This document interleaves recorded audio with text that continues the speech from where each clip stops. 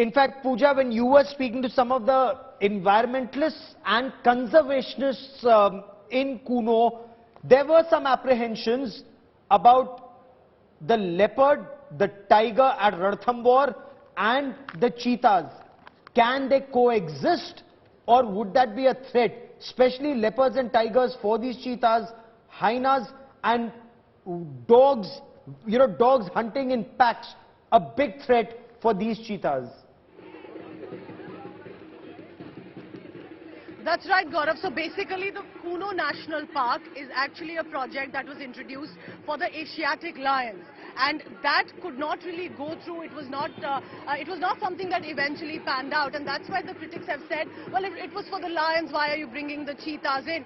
But according to the government and the wildlife experts, remember, this is not just happening at the political level. Global wildlife experts, scientists, biological experts with regard to what happens to the African cheetahs who will be brought in, what sort of an environment is there for them. All of these are discussions that have gone on at global level. Experts have been taken into consideration, and there's a reason that Kuno National Park was eventually chosen one. It's not the only national park I want to add here.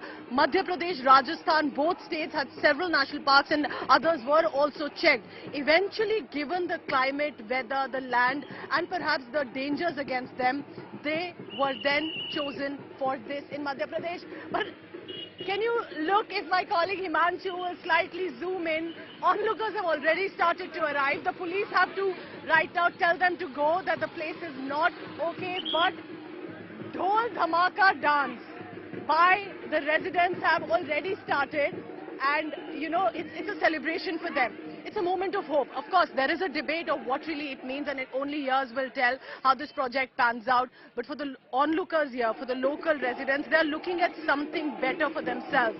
And perhaps they want to also cherish this moment. And the success of this project will only be when not only the cheetahs survive and thrive, Gaurav, but it will be about if the men and women living here, the children, they will also be able to show forth. Let me take you through the visuals here.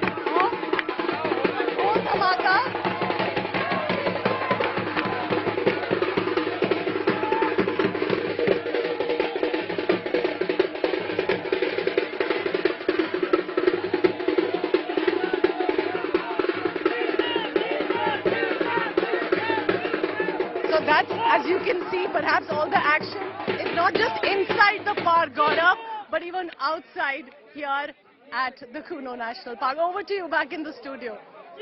So cheetahs inside, and some of these villagers, Rahul, they clearly realize their lives are about to change. There will be perhaps, if not thousands, initially at least hundreds of tourists who will go there. See, Gaurav, I think yes, lives are going to change, but they will have to change. You can't have drum beats around a forest. Yes, definitely. It can, see, remember the amount of funds which will be going into Palpur Kuno. Gaurav, I go to Palpur Kuno and Shivpur forest almost once a year. And it's in a terrible shape. In fact, in the last few trips I've gone there, I know more about the birds and the animals and their names in the forest than the forest guards. That's the state. Though Madhya Pradesh has a very good track record in conservation. Their tiger reserves are one of the... No, that's Rajasthan. You have got Panna, you have got Kanha, Bandhavgarh and others are Madhya Pradesh, and they are fantastic tiger reserves. They have done very well. So Madhya Pradesh has a track record of conservation which is better than not many others. The fact remains is that people need to change. Remember one thing which you and Pooja have been making is that close to Ranthambore, tigers come in. Leopards, 30 leopards are already there as residents of Palpur Kuno. Now these are two very fine hunters, and not only they are fine hunters, they're very aggressive animals. Now these two aggressive animals, if they coexist, they may push the cheetah out to the outer peripheries of the forest, and that's where these locals, there can be a fear of a conflict for a cheetah, and cheetah, remember, is not a leopard and a tiger. And that's why the worry for the conservationists is that can the cheetah be pushed to the edges, increasing human conflict and perishing. No, in Masai Mara and others... What are lessons from Ranthambore, Kanha and Panna for Kuno? See, the basic thing is that you need to have a very well-monitored forest. A forest in which the human interference is minimum. when we say a boost in tourism, Gaurav, say for example in Palpur, Kuno and Shivpur forest, you can drive your own vehicle till a few days ago and go inside the forest. That has to stop. The intervention, when we say people, the government is intervening, adding new animals, human interference needs to be minimized so that only in small areas for tourist purposes people can go in. Otherwise, let the forest and the animals do and decide what evolution usually does. Okay.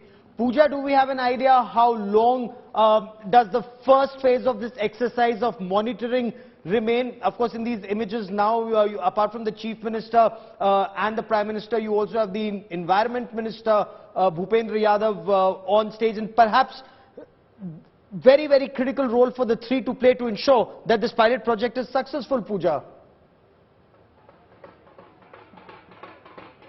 Well, that's right, and that test starts right away, Gaurav, because with the radio-collared animals that they are, their health checkup, health status, separation anxiety with regard to the change in location, have they adapted to the habitat?